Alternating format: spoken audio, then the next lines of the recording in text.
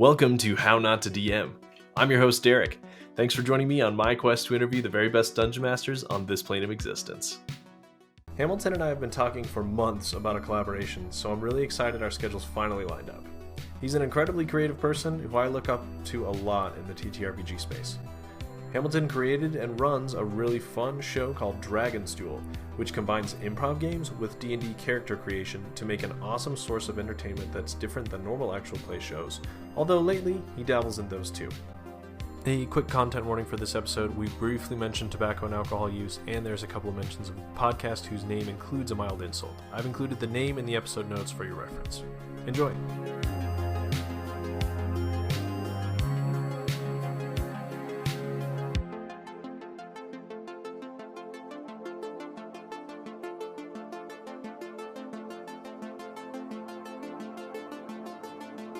Well, I'm Hamilton. I live in the UK. I live in the southwest of the UK. In my day job, when I'm not fighting crime, I am an architect. Some say extraordinaire, some don't. By night, I am a DM on the Duel, which is a D&D game show that I came up with that's now doing other things. But yeah, how did I get into tabletop role-playing? I've talked about this before with when I started DM Book Club with Fiona, and on another sort of interview thing, and I have two introductions to tabletop role playing games. So when I was like a preteen, sort of like 9, 10, 11, I got really into Warhammer. Warhammer 40k. It was really big in the UK in the sort of early 90s, well, mid 90s. And a lot of friends at school were into it. And then with that, I had some friends. I had a particular friend actually, just like and a sort of an adjacent friend who were into Dungeons and Dragons. And so through them, I would play a one shot. I'd come in and just play a character. You know, it wasn't like there was no. I don't even think we ever talked about campaigning or anything like that. All I remember is sort of like, hey, we're going to play Dungeons and Dragons today. Want to play? Like, it's like a board game. And it'd be like, here's your character. It's pretty much pre-rolled, or they would make one for me, and I'd be playing someone else's character. And I can't even remember what stories we did. It was just fight monsters. And then that friend actually moved to America. I had a weird introduction to Dungeons and Dragons, which I've talked about before, about a 6 o'clock in the morning trip to Glastonbury with their parents to put stones into the tour. Oh yeah, so I think other people have heard this story. So and that's another. And then we got some books, and that's how I got into the sort of books of D&D, which I then stuck with whilst I sort of moved away from the game, and sort of like, I don't know, became a teenager and was all about rock and roll and smoking cigarettes. You know what I mean? Yeah. So I don't know. That's what teenagers do, I guess. And then I don't know. I just kind of like, I got into video games more, and sort of just like, you know, came back to it when I moved back. I was living in London for a few years, and I got really big into like Destiny. Do you remember the game Destiny? Yeah. Oh, that kind of got me on the internet, and then got me listening to like a bit of podcast a bit more about games and gaming. And then that's kind of when I found Critical Role and sort of tabletop and Shut Up and Sit Down, those sort of people, because I was thinking like, oh, that's kind of interesting, like it's adjacent to like playing video games all the time. And at the same time, I moved back to Bath, where I live now. So I thought, oh, I need to try and reconnect and make some new friends, because actually I was here for university. I went to London for like 5 years and then came back. So a lot of my friends had moved. So I thought, what's a group hobby that I could join? Well, here's a board gaming group literally opposite where I worked on a Tuesday night. So I went down there and played some board games, and then I saw some people playing D&D, you know, in the corner, like going, who are these people making all the fun noise and laughing and stuff? And I asked if I could join, but they had no room. But then with that, I just did a meetup and met some people and played some D&D, and that was it. And that was in about 2018, I think, 2017, 18 sort of time. So coming on for 4 or 5 years, yeah. Yeah, I started playing around a similar time, but now that you're saying 4 or 5 years ago, I'm realizing it has been quite a while since I started. It just feels like a couple years ago all the time, especially now that anyway, you know what I mean. Yeah, I know, yeah. When you found those people playing and you kind of created your own group, how soon after that did you start running the games? Was it immediate, or did you play for a while and then decide I'm going to start running games?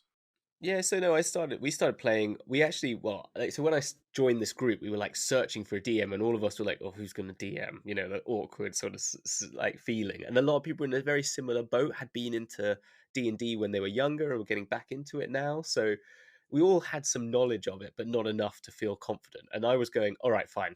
I started the group. I'm happy to take on the role of DM. When suddenly, like, the clouds parted and this magical figure came through and said, "Hey, I saw you guys talking on Meetup. Do you remember Meetup, the app? That's what we were using. You're looking for a DM. I will DM for you." And I was like, "Who are you? Who is this prophet? Who is this?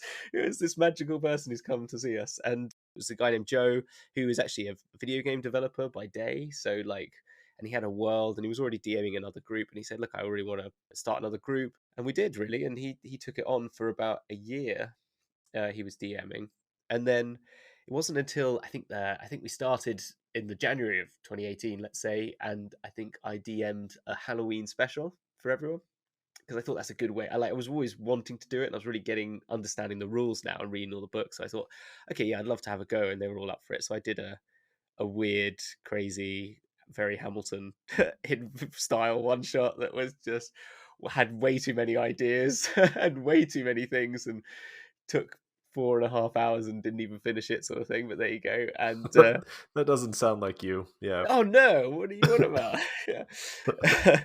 And yeah, and then it came to we kept playing for a bit, and then it came to the pandemic, and the guy who was DMing got really busy with a job that he was running, like he was doing some work for a game, and so I said, you know what, I'm up for taking over the role, and that's what I did, and then just DM from there for about a year and a half until I started what I do now.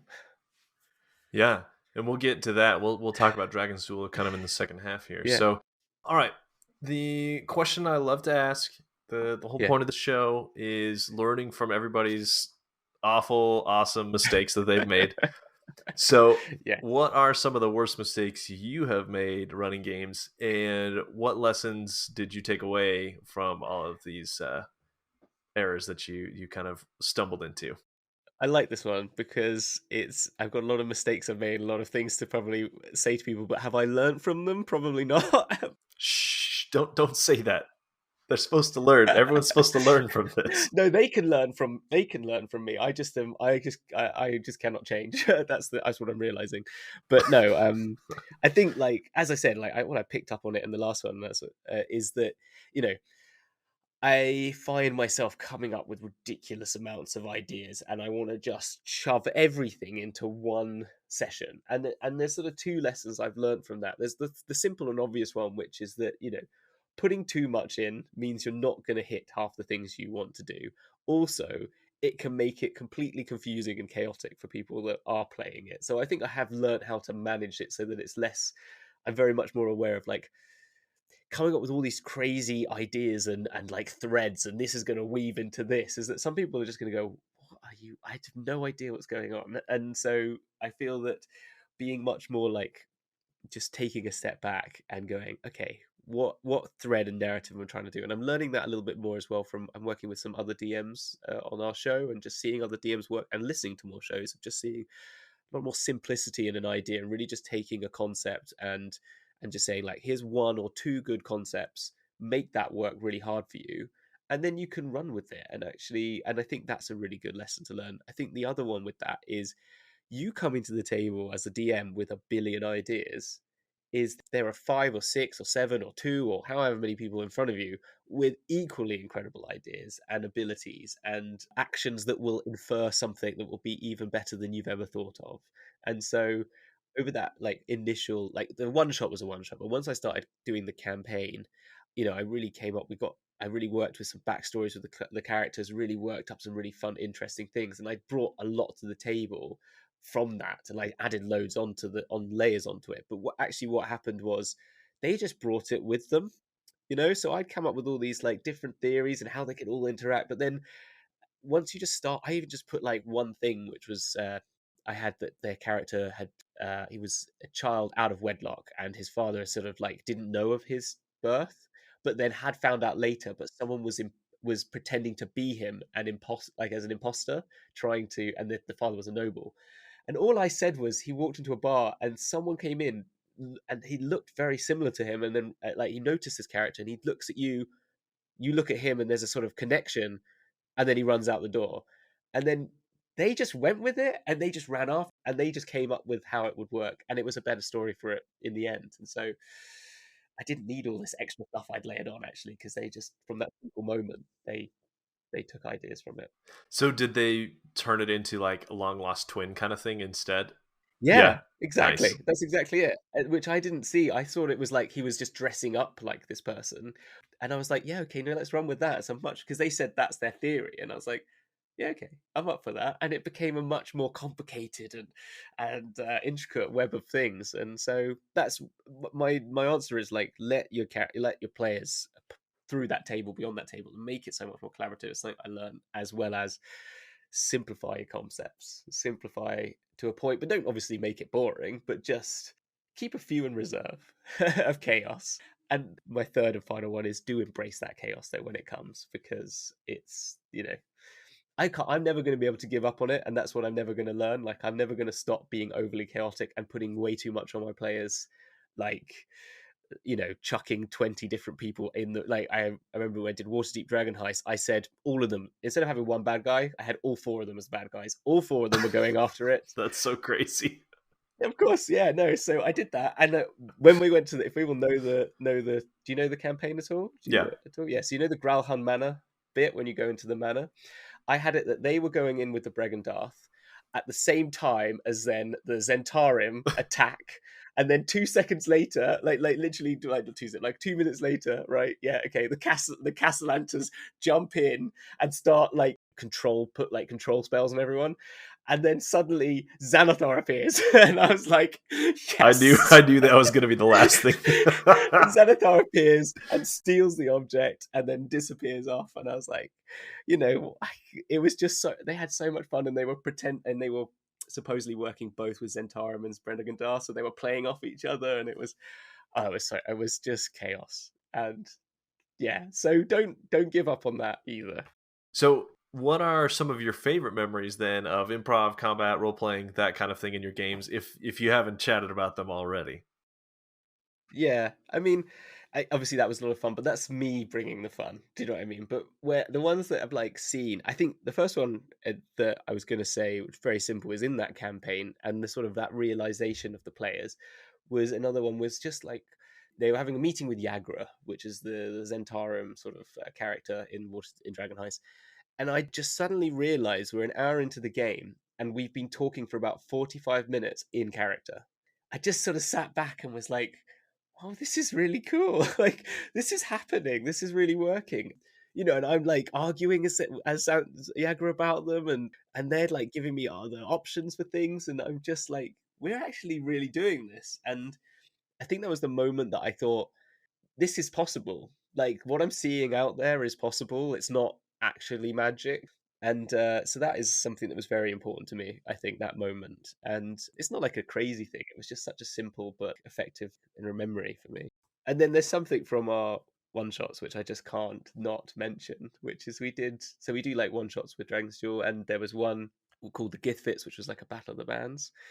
Not only did they do we had fun with like a battle of bands for the first half, where they came up with the band names, which is why, again, open up to your players, because we ended up fighting Acid Splash, Wrath of Tarask, and the Spice Girls.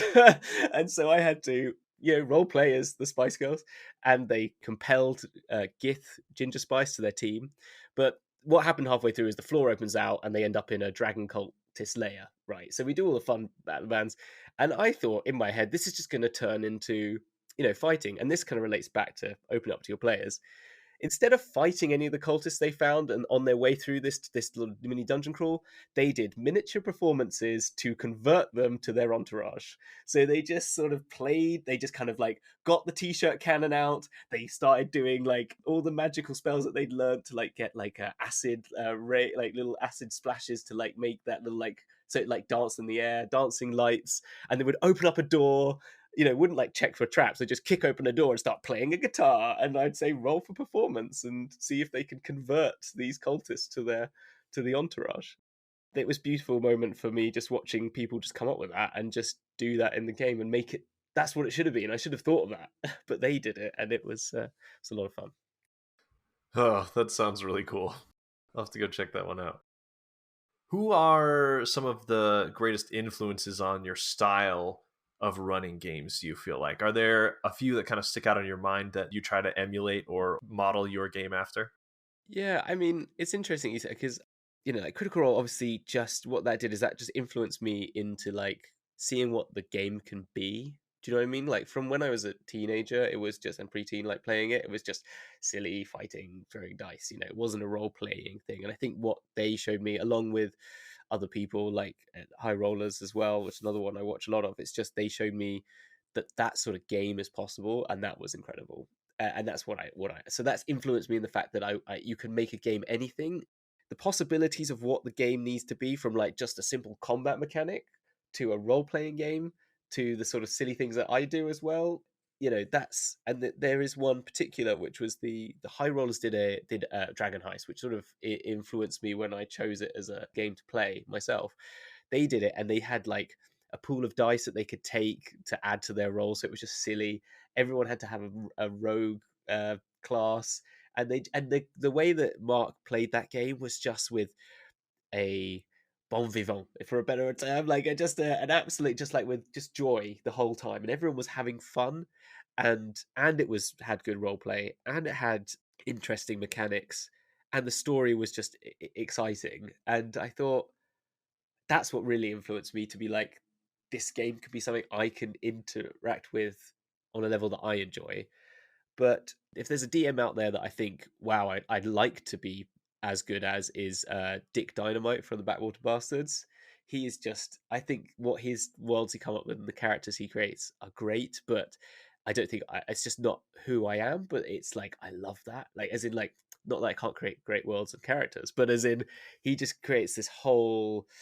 Every single character is incredibly just amazing. Every NPC, and he just does it with so much ease. So respect that.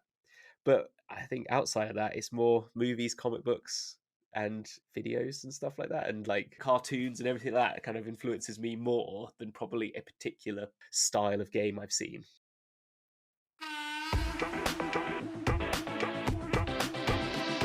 And now it's time for Quickfire Chaos!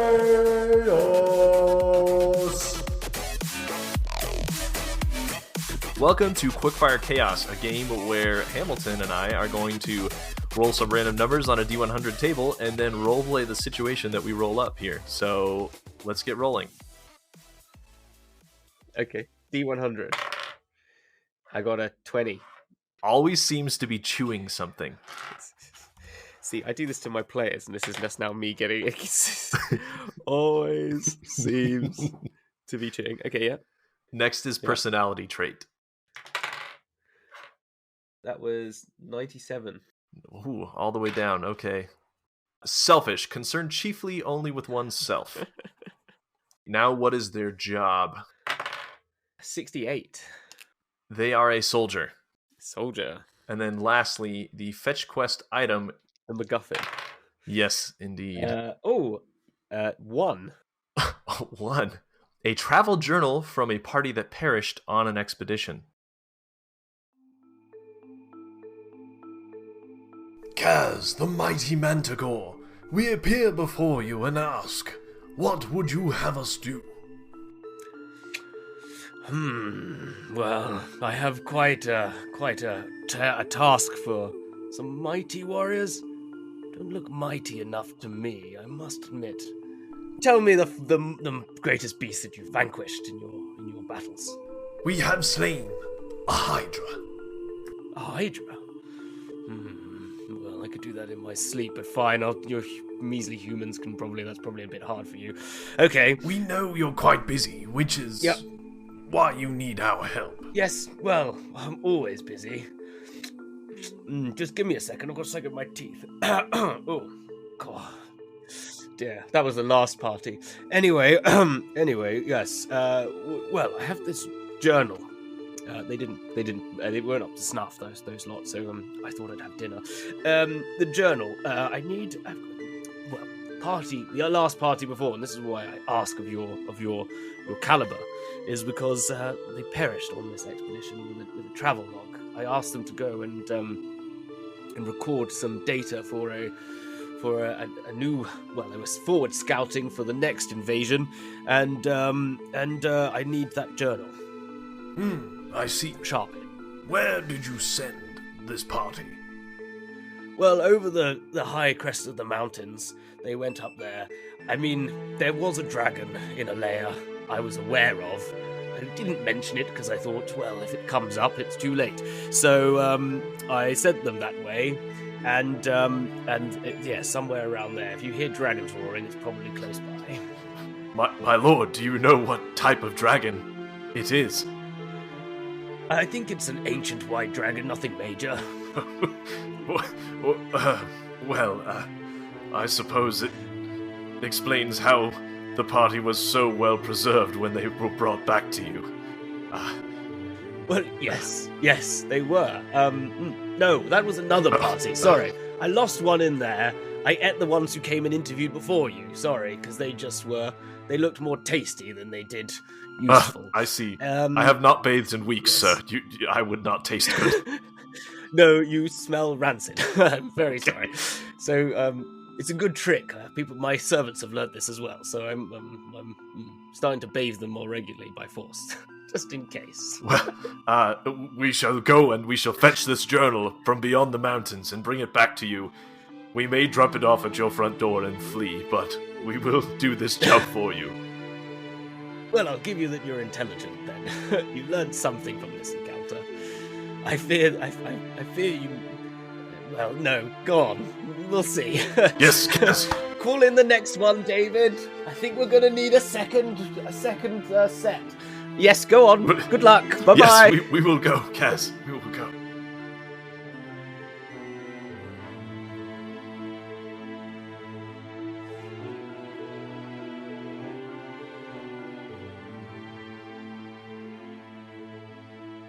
So, Hamilton, you've talked a little bit about Dragon's Duel, which is a show of your creation. It is your brainchild, it's your baby. So tell us about what it is, how it came to be, and how it has morphed into what it is today.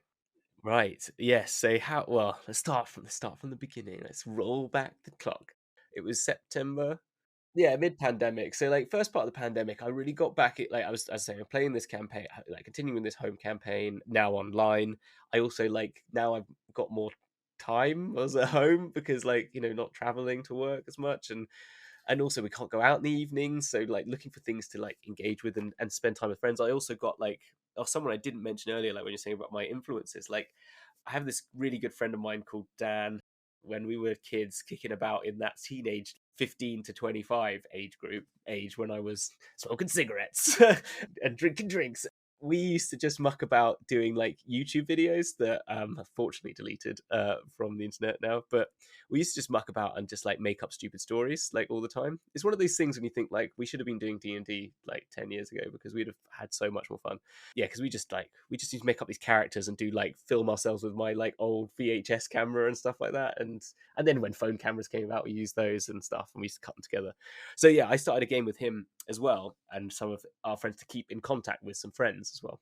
And I was realizing I'm really doing this D&D stuff, and so it was on my mind a lot, and I started doing more DM's Guild sort of stuff, some supplements and stuff. So I thought, hey, you know what? It's time I started this got into this podcast malarkey that I've listened to a load of podcasts. I think this will be fun, but what do? I don't want to just don't want to get an actual play. It's just not what I wanted to start really. And I woke up at 4:00 in the morning one day and just had this idea. I don't know, just sitting there, lying there thinking as you do, and going you know what, there's 6 ability scores. What if you had those rounds in a game? They could be rounds. What games would you make for strength? And what would you make for that? Would you make people do strength? And then that next day I went to work and I was scribbling notes all throughout the day and stuff like that. And I got home and I was I had this game called Dragons. It wasn't called Dragon's Duel then. It was just called Dragons in capital letters because I thought that's a working title. And I had this idea for this game show where you you could score the points in all the skills. I had it much more physical. You'd have to do physical activities for strength, and dexterity would be doing magic tricks or something like that. And then I realized that that's not going to work. But it kind of evolved over a while, and I finally kind of got to a point where I was this is a really cool concept. it originally used to have like at the end of every game you would make these characters, you'd make like 4 characters, and you would then like battle them against each other in like a PvP thing. But that turned out into like, we did a couple of like, so then I went on Reddit, found some people to join me, so that's where I found Ryan, who's still on board. I found Luna Ryan, and then on Twitter I found like Brain Adventures by just saying this is my concept, people interested. So yeah, the Brain Adventures people and Rita like as well, and Luna Ryan have all gone off because they got their own things to do, but Ryan still, I still kept Ryan, still cornered Ryan.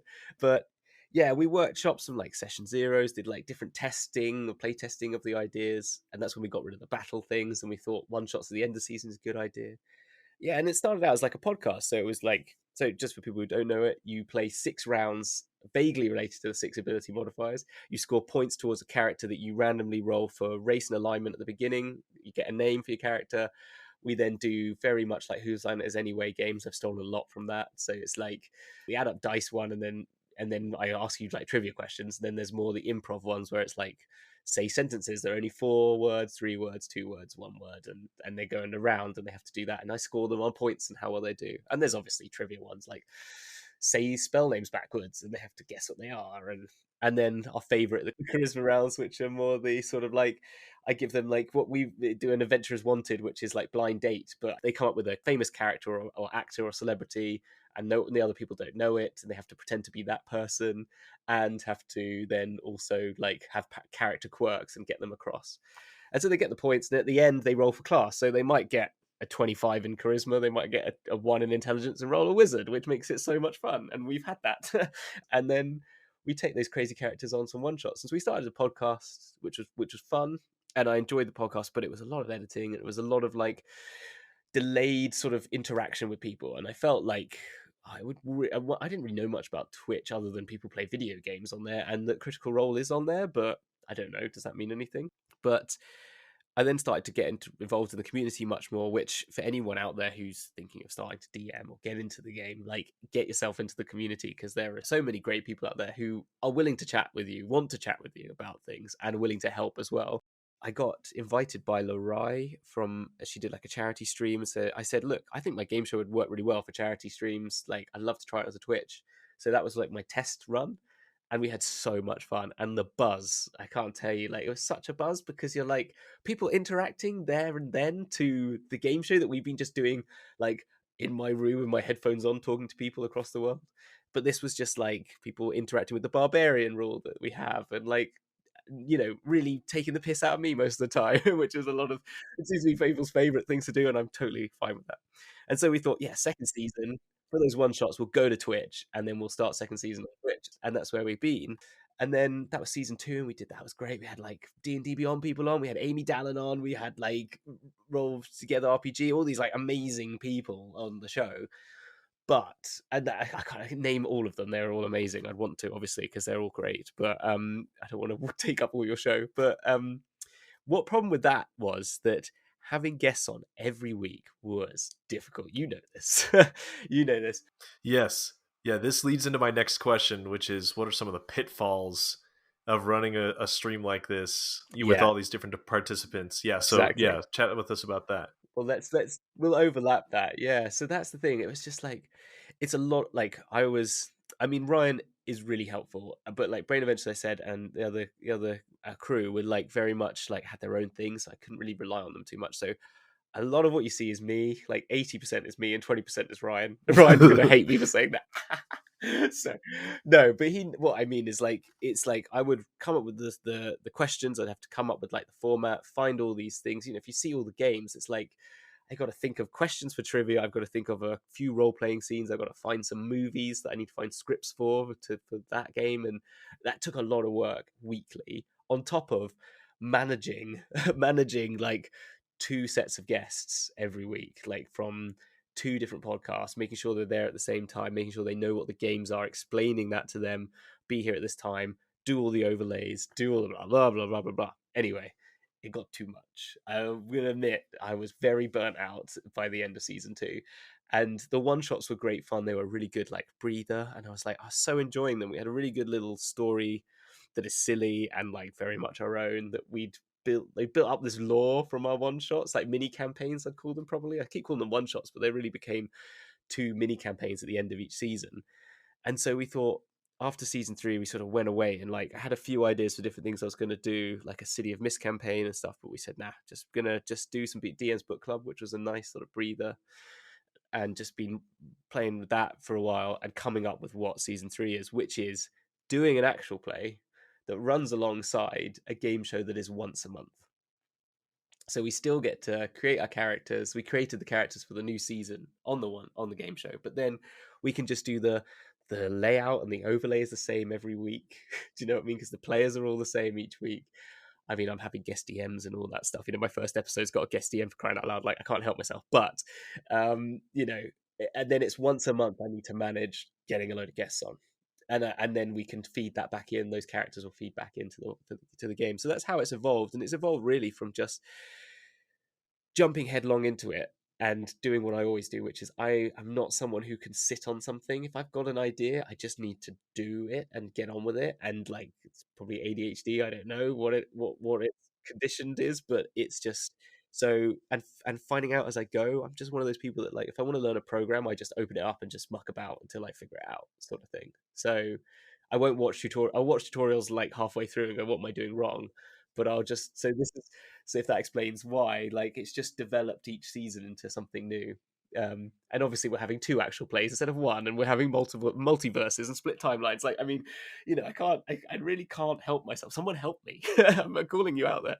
No, but so yeah, that's what it is, and that's how it's evolved. But yeah, those are the pitfalls I say, is like, make sure you're, you know, managing your own time, get a good team behind you as much as you can, and just and also, like, something I've learned as well is like being able to just say no sometimes is a really big thing. Like, you know, I'm very much like, yeah, I want to do that because I want to do all these things. I want to guest on all these shows. I want to do, like, I've got all these ideas. But once you get into this world, it's very easy to like really enjoy it so much that you just don't want to do anything else sometimes. And so it's like a bit like any addiction, I guess. It's just like, you got to just manage that and be conscious of what you're like. Don't burn out. Just take it easy and at your own pace, and don't worry if you're going to go down that road. Don't worry too much about, is that going to work for the viewers, unless you're like saying, I want to make this my life in 2 years, and that's what you want to do, and you're sort of accepting that role.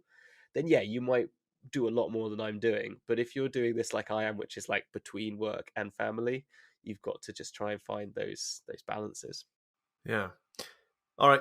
Next then is, what are some of the benefits of having so many different guests and running these kinds of shows? And then what are some of your favorite moments that have come up in the streams?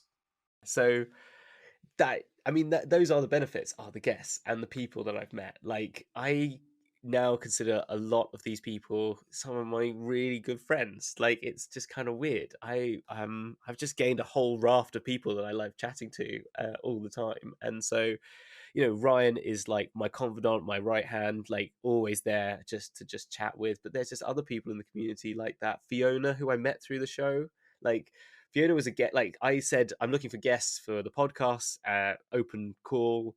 She said, yeah, I'm interested. Like, that was it. I had listened to one of her episodes because I was looking for a book club, a DM's book club sort of idea when I was looking for it. I was actually looking for like Drizzt novel book club, but I enjoyed it nonetheless. Yeah, and without that, I've met Fiona and become part of that show, but also like, I don't know, I consider like the From Afar podcast guys like David Tilstra and Mark from Cast Eye, like just like people that I've just had so much fun with on the show, and like all the Backwater Bastards, they were like great. I want to mention, I'm going to have to now mention everyone, but these are just the ones that they're only coming up because they come up in that second part of the question. But yeah, it's just being able to meet some new, fantastic and interesting folk and really, yeah, make new friends. It's been great. I just love it. And that's why I want to continue the guest thing in season 3, because really I want to bring back a lot of people, because I've had, like, they were just some of the characters we've made. They've just been so crazy and wonderful. And yeah, and the people, they're just such amazing players, people and professionals, really. I don't know. It's just, yeah, just great. So you've mentioned you come up with ideas constantly, lots of different ones, you know, and your show has had lots of different concepts and ideas. You know, you've done lots of different games and one shots and campaigns and that kind of thing. So where do you get these ideas? You know, what kind of is the thing that you feel like triggers them, or is it, you know, something different entirely?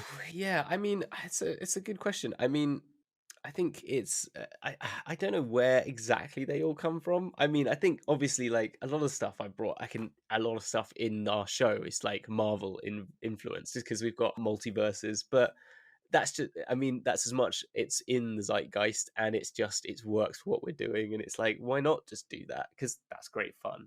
And I think that's where a lot of the ideas come from. It's just also just, I think the thing that I wrote down, and it's something that I remember from my architecture degree, and it's like, my first year of my degree as architecture, I really didn't actually enjoy it. I didn't get what I was doing. I'd come from a more art and science background than, and in mathematics as well. But like that's what they say you should do.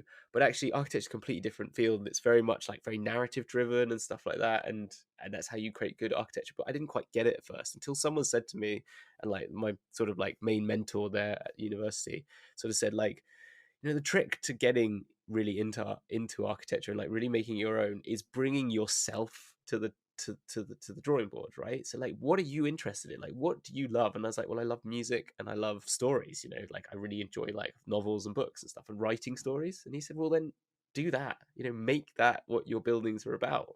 You know, you've got to do all the functional stuff, and that's you know, doors got to go there. But you want to make great buildings and have a really strong concept behind them. It's about bringing your own self into like what the design is and stuff like that. And so I thought the same when it came to this. Like I just bring me to the table, and that's how it works. I can't really say where all those influences come from. It's just like I just say like the gift fits. I love music, so we made a Battle of the Bands. I love all the Marvel stories. We come up with that. It's like I want chaos. That's what I enjoy. So I'm going to bring chaos to the table, and I love to just and revel in it. You know, so that's probably my biggest piece of advice for any DM out there is bring yourself to the table, and player, you know, just bring you to the table whenever, whatever you're doing, even if you're role playing, just influences whatever you've got, and that will make it your own over anything else. You can emulate anyone as much as you want, but nothing's going to be as good as you. I like that. Do you have any ideas that have come to you that are really cool but probably not practical or probably won't happen? Yeah, I do. And the one I've got a lot, and I try to cut it down to just one idea that I think is a pretty good one that I'm going to make happen at some point, but I don't know when. It's 5 DMs and you have one player. It's a 8 episode arc or something like that, or a full campaign if I had the time. But you get 5 DMs, like really confident DMs, and they play the other party members, but they know the story. You know, they know kind of what they're DMs, but they sort of like we all collectively come up with the story as the DMs, and we make this like a singular focus, like a story focused on one player's journey, like a classic movie idea. So it's just like go on the hero's journey or something like that. You know, like for example, if it's Star Wars, Luke Skywalker is the one player. And all the other DMs play different characters, and they just kind of rotate, take on a role here and there. They're always there on hand to play everyone else, and maybe they just kind of you roll, I don't know, you just take on every time a new one turns up, the next person in the row plays the next NPC or player or character, and as they join characters they join up, but it means that party doesn't can be split because Luke Skywalker goes off halfway through to meet Yoda. I'm using this as now, but then the DMs just stay there, the same DMs, but then one of them will be playing Yoda and the other one would play the ghost of Darth Vader, you know, like if you were doing that story, and then you could cut to other storylines, you know, as well if you wanted to. Yeah, would each of them still adjudicate rules, or would there be one DM to rule them all? Well, this is the thing. I think you would adjudicate when you would adjudicate the next one along for who's ever playing. So if a DM is in a group, whoever's not in the sort of like melee is sort of adjudicating. So then they would be directing the story as well with whilst the DM is sort of directing the story as the NPC because they kind of know where it needs to go. Do you see what I mean? So like the DM knows where the story Yeah. needs to go, so they can sort of be the Obi-Wan sort of pushing them in the right direction slightly, and you know as the other DMs what that story needs to be, so you can be adjudicating. It's complicated. I'm not, as I said, it's not. You asked me for a hard one, but I think it could be I bloody did. good. I think it would be like if it could work, it could be really cool. And that one person's journey would be like imagine being that one player and you've got 5 amazing DMs in front of you that you would just be like, that you could bounce off, and it means that like the accents and the DM storyline is that thing that I was saying. Like, you bring yourself to each one. If you've got 5 selves, bringing those characterizations and those NPCs and all that stuff, like, that story's gonna be wild. It would be, right? yeah. So Very yeah. interesting. I have never heard of someone like, there's one group out there that I know of that does 2 DMs, and they like kind of work against each other, which is a little anyway. There's a group out there that does 2 DMs, but I've never heard of more than that. So this would be very interesting. What an idea. Yeah, I know. So one day. I mean, if Yeah. someone would just like want to send me a few million so I could quit my job and then I could just do all these things, that would be really helpful. Because I would love to just be able to do this all the time. But yeah, Maybe 500,000 to Hamilton and 500,000 to me. So whoever you are, yeah, exactly. I we don't really appreciate yeah, it. exactly. I mean, yeah, I'll take half a mil. I'll take half a mil in pounds, not dollars, though. Ooh, yeah. I also will take 500,000 in pounds. Yeah. So you mentioned kind of your biggest advice you feel like is bring yourself to the table. Anything to add there to the DMs out there? I think, as I said a few actually out there. Like, if you're interested in getting into this or streaming like beyond, but if you're just like as a DM purely, I'd say like, yeah, the things are bring yourself to the table and bring the other side of the table across the board, basically across past that partition line as much as you can. You know, you've got to create secrets and you've got to keep things from them, but let them in and allow them to do what they do best, which is be players, because that's always great, I think. And the other one was, you know, get into the community and really, you know, if you want to do something like this, if you want to go and do a podcast or a stream or something like that, with that thinking of who you are, try and make that, you know, it's a saturated market out there. You know, there's a lot of actual players out there in the world, and there's a lot with you know, with certain focuses, you know, that kind of you can kind of group them. I'm not saying that that's a bad thing. It's great that like they all have their own individuality, but you know, if you come and show us what you're about, you know, show us what you're doing, and that's when you'll find something special. You know, that's how you know, give a person 1 square meter, they and a piece of paper, they'll make something completely different to the person next to it, and that's what you need to do. Yeah, and as I said, the community's there for anyone, I think, and they're very welcoming. I mean, I know I've heard that Facebook and other places can be a bit difficult, but the Twitter and Discord community is generally really great. Like, you know, 99.9% of everyone out there is out there for helping each other out and just wanting to talk more about this. So if you're not, come and say hello, because we're all here. I mean, if you want to reach out to me, like, my DMs are open, and you know, I will always be there to offer any advice or help that anyone wants. Like, I mean, as much as that, how useful that would be, I don't know, but at any time, like, seriously, I will try and make time for people as much as I can. That leads perfectly into the last question, which is what projects are you working on? And then where can people find your content and interact with you? Right. So yeah. So as I said about the Dragon's Duel, beginning of January, we did we over the Christmas period we recorded some session zero sort of things, because I wanted to. We're going to kickstart straight into an actual play that leads off from these like mini campaigns we've done, and people might not have caught them. And so we're going to come back to podcasts, which is the thing, like, as well as being on stream, because the actual play will work much better.